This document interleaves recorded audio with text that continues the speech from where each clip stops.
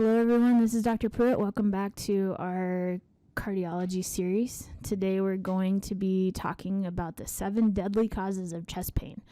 I want you to be thinking about these potential causes in your patients who are complaining of chest pain, and it'll help you figure out potentially how to treat them or even where to take them as a final destination for their hospital choice. Here's our list of 7. Number 1 would be STEMI. That's a ST elevation MI, also known as a heart attack. 2 is pulmonary embolism, aortic dissection, cardiac tamponade, tension pneumothorax, esophageal rupture, and pneumonia. This is our list of 7 things that can cause chest pain and can kill people. So we need to be experts in identifying them and knowing how to treat them or get them to definitive care. Really what it comes down to is that list is pretty extensive, and all of those things can be very different. So your patient history is going to be incredibly helpful when you're evaluating these patients for cardiac problems. When I was taking my first EMT class, I learned OPQRST, and I want you to know that to this day, I still use this when I'm talking to patients about their chest pain or any of their pain in general.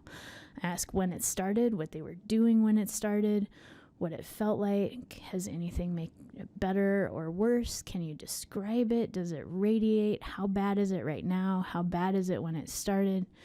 Has this happened before? What's the timing like? Is it worse in the morning? Is it worse at night? Is it worse after you exercise? Timing can be huge. And so really simple mnemonic, but very important, and honestly really makes a big difference in how you're approaching your patients and when you're thinking about what might be wrong with them. As always, any complaint of chest pain needs a 12 lead. Remember, this is your only tool that you have in the field to actually diagnose something, right? As a provider, it's kind of cool that you get to diagnose something in the field. Your 12 lead, you need to be experts at this, is a nice tool in your toolbox. So our number 1 diagnosis of things in the field that can kill people who have chest pain is a STEMI, ST elevation MI. And just like any muscle, the heart is a muscle, and it has blood flow, and it's fed by the coronary arteries. And when a coronary artery is blocked, that causes the muscle that it's feeding to die. The problem with this is that muscle needs to keep beating, right? And so if that muscle's dying, it's not able to beat, and that can lead to immediate heart failure or worse, just like you see here. So you look at the coronary artery that's feeding the heart, it suddenly gets blocked. If there's a plaque that ruptures right there, it causes instant inflammation. The longer we go without treatment, that muscle starts to die. Once the muscle dies, it can't beat effectively. So people who are at higher risk for cardiac disease are those with diabetes, uncontrolled high blood pressure, obesity, smoking, high cholesterol, family history. A couple of those we can control, right? We can try to control blood sugar and blood pressure with medication. We can stop smoking. We can lose weight. All of those things are good protective things against cardiac problems. When we're looking at our 12 lead to evaluate for heart attack, just a quick reminder about the vascular territories. Up here you can see a diagram of where each lead is looking. So 2, 3, and AVF are mostly looking at the inferior and right side of the heart. V1 through V4 are more septal, looking at the middle division between the right and left sides of the heart. 5 and 6 and 1 and AVL are kind of on that left side. Some are a little more lateral, and then 1 and AVL are the high lateral leads. And so that's what it looks like on a 12 lead. You can see the different territories on here. Remember that just because you're not seeing ST elevation doesn't mean that everything's okay. I want you to really evaluate those ST segments and also look for ST depression or inverted T waves. Actually, inverted T waves are a very early sign of ischemia, and they're going to flip over before you start to see ST depression develop. And so really what I want you to take away from this is that if you're starting to see those early signs of ischemia in a patient who has risk factors or is complaining of chest pain or difficulty breathing, I want you to get another EKG. Our 12 leads are just a 10-second snapshot in time, and things can evolve very quickly. So if you're starting to see ischemic changes on an EKG, make sure that you're getting follow-up ones to make sure it's not turning into actual occlusion or into actual STEMI.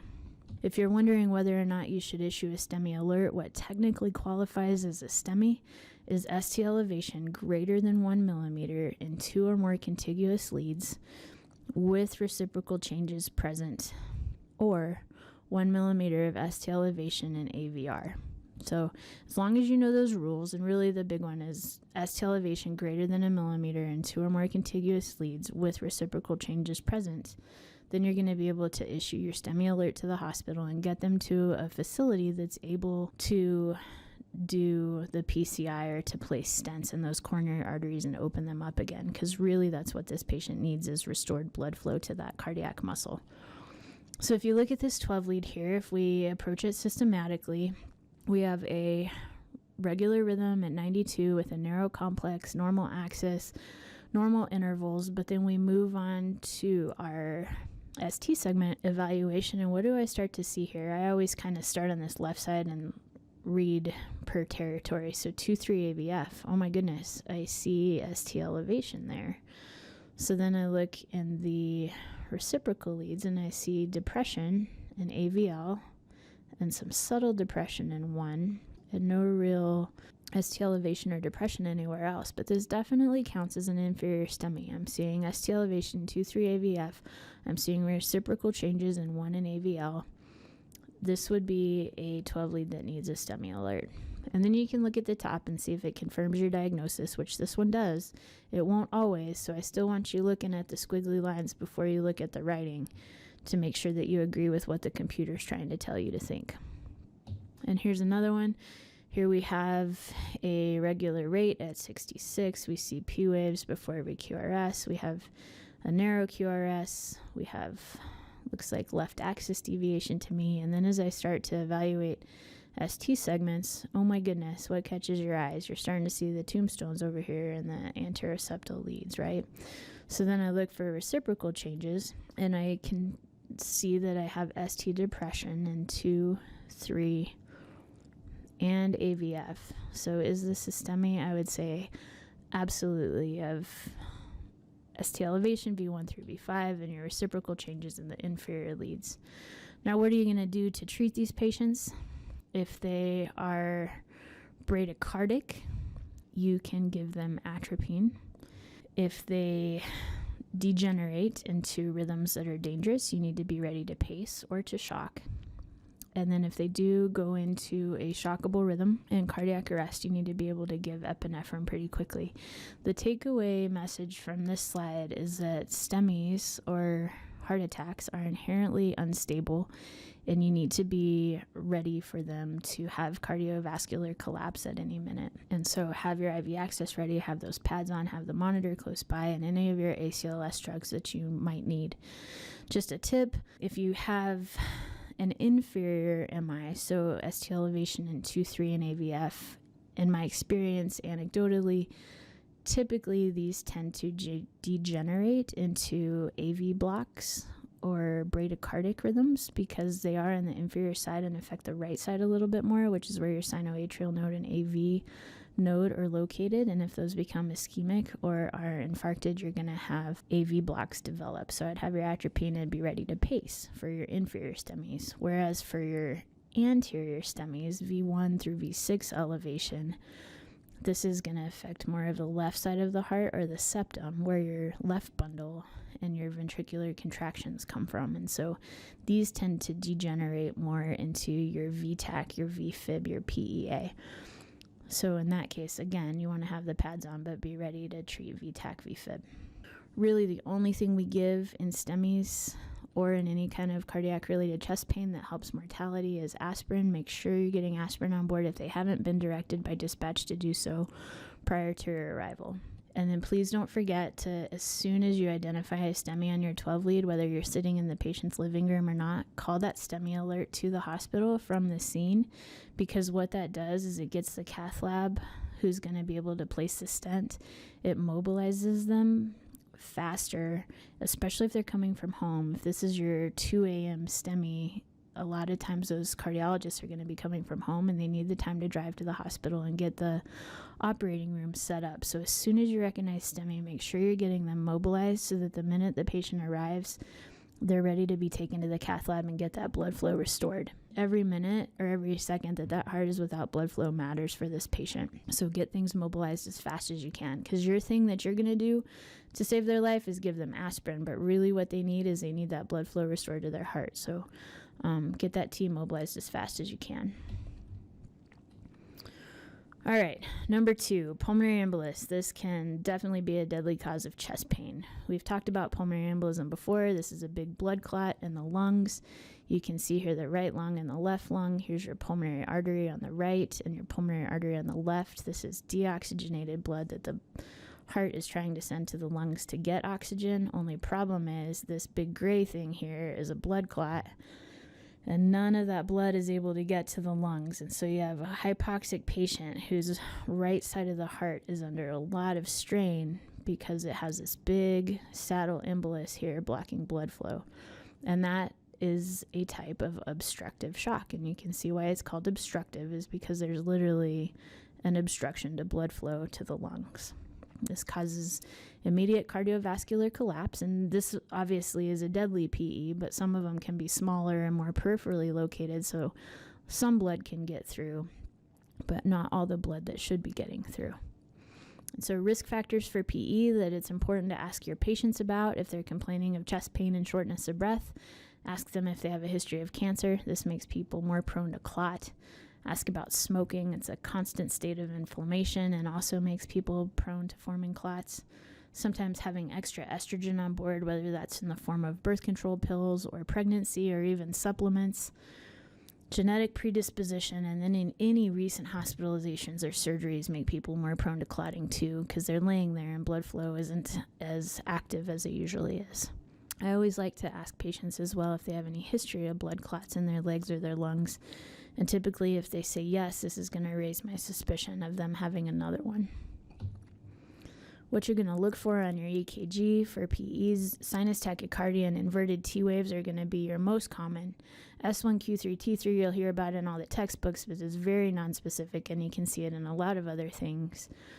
If you're starting to see right bundle branch block, ST elevation and AVR, any signs of right-sided heart strain, these are going to be your more severe PEs and probably sicker patients. Really, your clinical clue to thinking about PE is going to be your history, all those risk factors I just talked about. And then typically these patients will complain of pleuritic chest pain, which means they'll say it hurts when they take a deep breath. It's not a constant pressure. It's more of a sharp pain every time they breathe deeply. And then they're going to be tachypnic. So just watch their respiratory rate while they're at rest and see if they're breathing fast. And the patient who has those risk factors, who complains of sharp pain with a deep breath and is tachypnic, I'm going to have a heightened degree of suspicion for PE. So what you look for on your 12 lead, you're going to see rightward axis. Remember, you use your thumbs. Your left thumb is lead 1. Your right thumb is AVF. Look at the QRS vector. So my left thumb is going down for lead 1 because the QRS vector is going down in lead 1. And then in lead AVF, my right thumb is up because the QRS vector is going up. So I have right axis deviation. I have a very tall R wave in V1. I have inverted T waves anteriorly. I see sinus tachycardia. And in this patient with a confirmed PE, these are some of the things that you'll be able to see on their 12 lead. And elevation in AVR. Really, there's not much we can do for these patients in the field other than have a high degree of suspicion. In the hospital, these patients are sometimes candidates for ECMO. But in the field, what we want to do is provide oxygen for them if they're hypoxic, help that deoxygenated blood get out to those lungs where it should, and then give them some fluid because this is obstructive shock and it's preload dependent. So give them as much preload as you can if you feel like they might be dehydrated at all. Number 3, aortic dissection.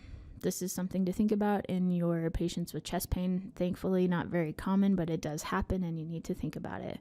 This is typically described as a sudden onset of very severe ripping pain in the upper chest that radiates to the back, or sometimes it's described as pain that's located between the shoulder blades and is very severe. It typically is the most severe at onset and it starts very suddenly. And what this is, it's a tear in the aortic wall. If you remember, all of our arteries, they have 3 layers, and the aorta is our biggest blood vessel, and so it's got 3 pretty sturdy layers.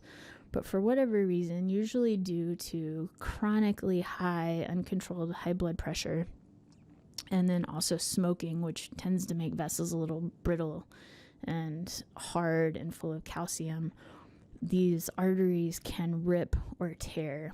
And this is a tear that's not completely all the way through the vessel, because if the vessel did completely rip, then obviously the patient would bleed to death. But this is just where basically the tiny hole under high pressure develops basically a false lumen. And so you get a smaller area where blood flow can come out of the heart, and then blood flow is going to this place where it's really going nowhere, just causing a bigger false lumen.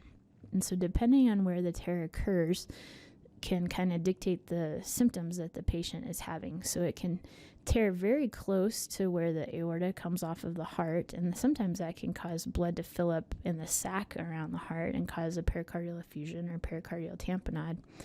Whereas sometimes the tear can happen after, in the middle of the aortic arch, where sometimes you're going to get occluded blood flow to one of the coronary arteries, and that can cause chest pain plus stroke-like symptoms. Or the tear can occur after the curve of the aortic arch, and you'll still have normal blood flow to your carotids. You won't get any buildup of fluid around the heart, but you're going to have the big dissection distally. So they can occur in a multitude of areas. Really, these are kind of hard to find, especially in the field without any sort of imaging, but you can definitely have a high degree of suspicion based on your patient history and what you find clinically. So any patient who tells you they have a sudden onset of ripping or tearing chest pain, and they have uncontrolled high blood pressure, and they're a smoker, you need to have a high degree of suspicion for this. So I always check both radial pulses to make sure that the blood flow to both arms is equal, which it should be, right? You want to evaluate for neuro deficits, because they could be, if they're dissecting, they could cut off that carotid artery and also be having a stroke. So any patient with chest pain plus neuro deficits in my book is dissection until proven otherwise. Sometimes, interestingly, these patients might present with a hoarse voice. Little anatomy fact is that your left recurrent laryngeal nerve innervates your vocal cords, and it just happens to pass right under the aorta. So if your aorta is expanding or starting to tear, sometimes it affects that nerve, and then the vocal cords are affected as well. And the patient may present with chest pain and a hoarse voice, which is a sudden change in how their voice normally is. You want to ask, we talked about if it's sudden onset, and then also evaluate for signs of cardiac tamponade or hemorrhagic shock. All things to think about in your patient with a potential dissection. Moving on to cardiac tamponade, this is the final common pathway for pericardial effusion. So pericardial effusion can sometimes be benign, and that's just a way to say that fluid is collecting around the heart. The heart is encased in a sac and is able to beat in there, and then sometimes, for whatever reason, fluid can accumulate. Now, when fluid accumulates to the point that it starts to obstruct, remember that right side of the heart is very weak and not as full of muscle as the left side. So if the fluid accumulates to the point that it collapses the right ventricle, then we have another form of obstructive shock. And what you look for, you'll probably see if you have a patient with tamponade, Beck's triad is known as hypotension, JVD, and muffled heart tones. The heart may be very, very hard to hear because you're listening through a bunch of liquid. You can see fluid start to build up because blood, remember, returns to the right side of the heart from the body. The deoxygenated blood is coming in from the superior vena cava and inferior vena cava. And if it's not able to get into that right side, it's going to back up into the jugular vein. So you'll see jugular venous distension. And then the blood pressure is going to drop as well because you're not getting as much outflow from the heart. And this is what that would look like on the ultrasound. You might see this in the field. What you're looking at here, the heart's upside down. So you're seeing the right atrium, the left atrium, the right ventricle, and the left ventricle. And all this black on here is effusion. And you can see what's happening here is the effusion, this accumulation of fluid is pushing in the right ventricle, collapsing it, and causing that cardiovascular collapse. Every time I've seen a patient with impending tamponade or a very large pericardial effusion, they don't always complain of chest pain, although they can. Typically, their main presentation is going to be trouble breathing. They're going to be incredibly dyspneic. They're going to want to be sitting up. They'll be breathing very fast, maybe not as hypoxic as you would expect. They can definitely be hypoxic though, but really they're going to be in pretty severe respiratory distress if they have a very large effusion or they're in tamponade. So your shortness of breath patients, again, just to emphasize, make sure you're getting a good history and you're getting a 12 lead to help you evaluate for this possible etiology of their shortness of breath or their chest pain. Things that can cause tamponade, so you can definitely get a ventricular rupture. Remember when we talked about STEMIs, the muscle starts to die if it doesn't get enough blood flow. Well, dead muscle is very fragile and very weak, and sometimes if the heart attack has involved an entire wall, that wall, if it's under great pressure, can just blow out, and then the blood that should be filling the ventricle fills the sac around the heart. So that can definitely happen. And then blood accumulates in between. You can get tamponade, like we mentioned before, from a dissection. As the wall of the aorta starts to tear, depending on where that tear is, blood can flow backwards out of the aorta into the sac around the heart if it's very near the aortic root there. Pericardial effusions can also be caused by renal failure. You can get an accumulation of uremia. Trauma can definitely cause it as well, whether it's a penetrating trauma or a blunt trauma. And then not too infrequently, cancer patients can have what we call malignant pericardial effusions as well, where malignant cancer cells start to cause a accumulation of fluid around the heart. And if it gets too big, it can cause tamponade. Your sickest patients are going to be the ones where the fluid accumulates quickly. Some patients can live for a very long time, and with an effusion that's built up slowly over time, their heart kind of adjusts to that increased pressure. But your sicker patients are going to be the one where the fluid is accumulating fast and their heart hasn't had a time to adjust to it. What you're going to see on your 12 lead is going to be something called electrical alternans, and that's where, if you look very closely at these QRS vectors, you see a big spike here, little spike, big spike, big spike, little spike, big spike, little spike. And what that's doing is literally the heart is moving back and forth in a fluid-filled cavity. And so at one point during the beat, the heart is closer to the chest, so you'll see bigger voltages. And then as the heart beats and moves away and kind of swims to the back of the pericardial sac, that vector is going to look a little smaller.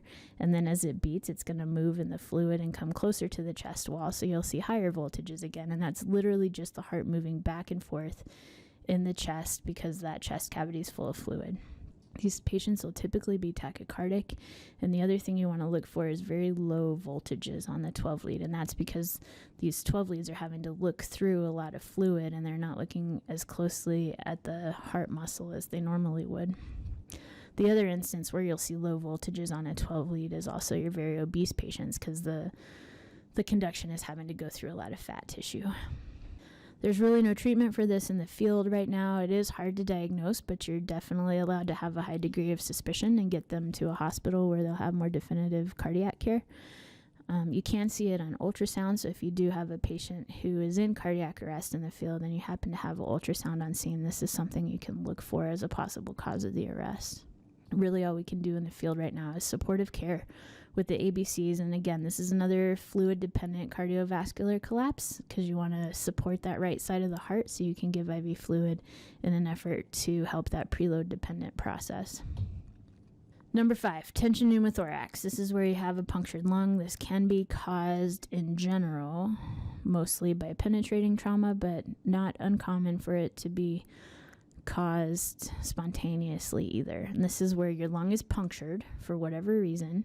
The lung collapses, and then every time the patient takes in a deep breath of air, that air goes right through the lung. Instead of aerating the lung, it collects in the chest. And as the patient keeps breathing, more and more air collects in the chest, collapses the lung even further. And then since the chest is a closed cavity, there's nowhere for that pressure to go other than to move the heart to the opposite side.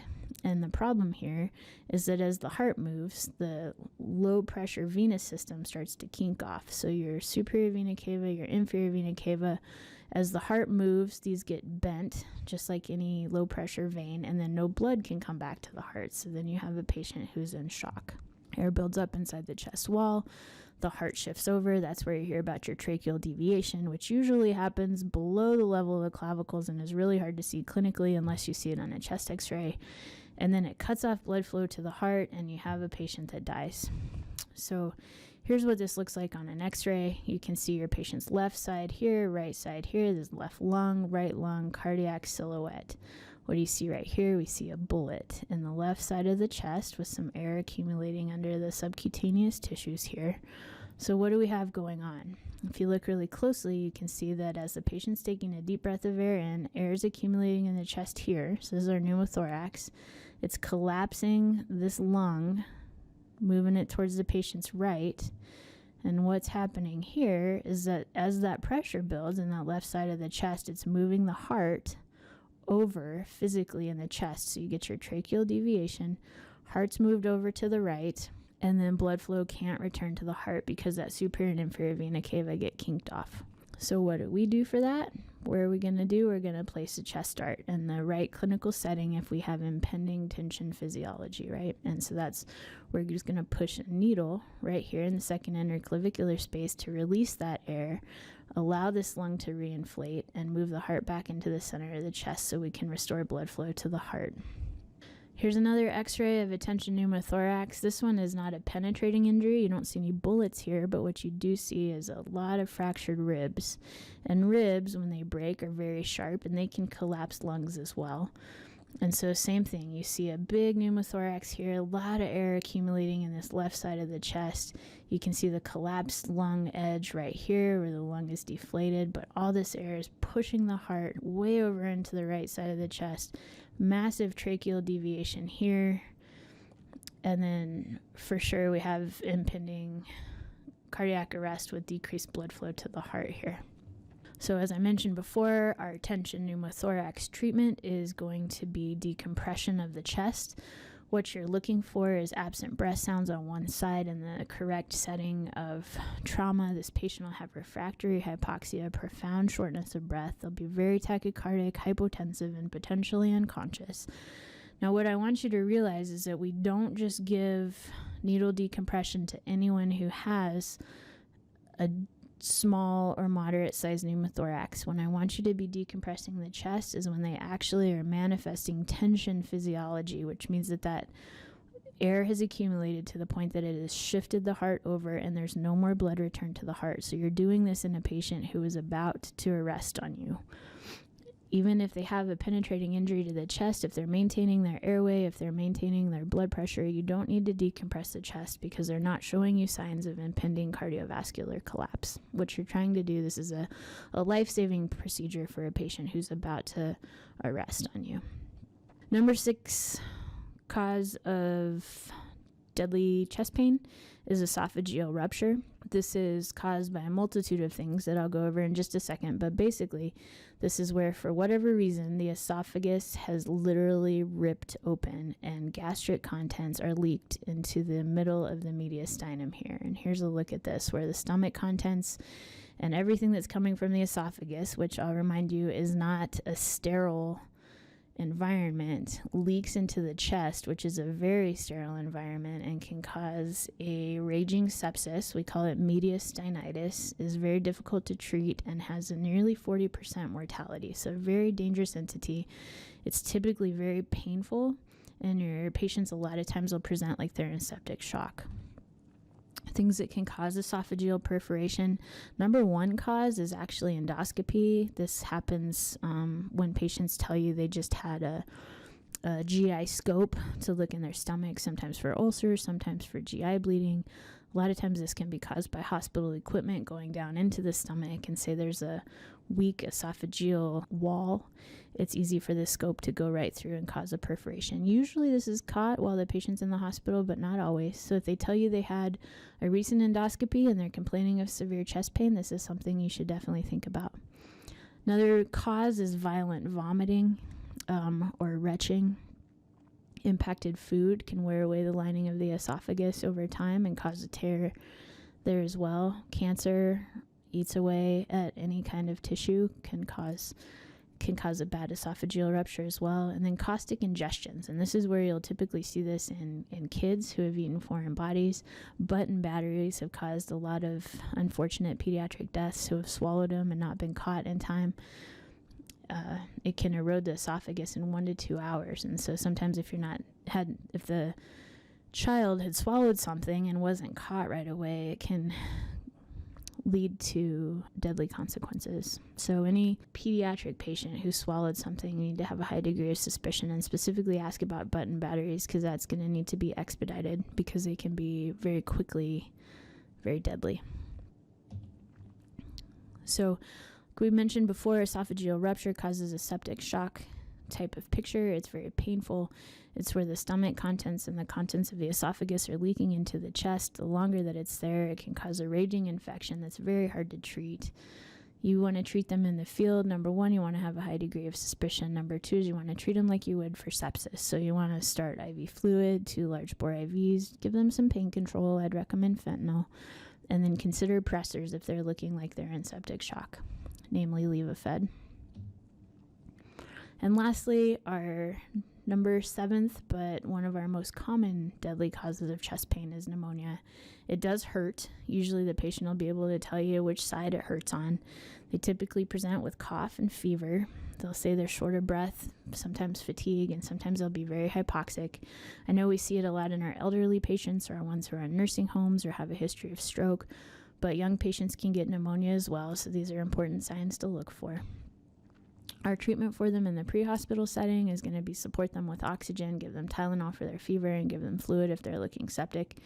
This is a major cause of mortality in the U.S., so have it high on your differential for chest pain. Make sure you're asking about fever and cough. So quick review. These are our 7 deadly causes of chest pain: STEMI, pulmonary embolism, aortic dissection, cardiac tamponade, tension pneumo, esophageal rupture, and pneumonia. Make sure you're getting those 12 leads on patients who are complaining of chest pain to help you narrow down what you think might be causing it and treat them appropriately. If you have any questions, please feel free to reach out to the 7-8 or let me know as well. I'm happy to discuss any of these things further. Thank you.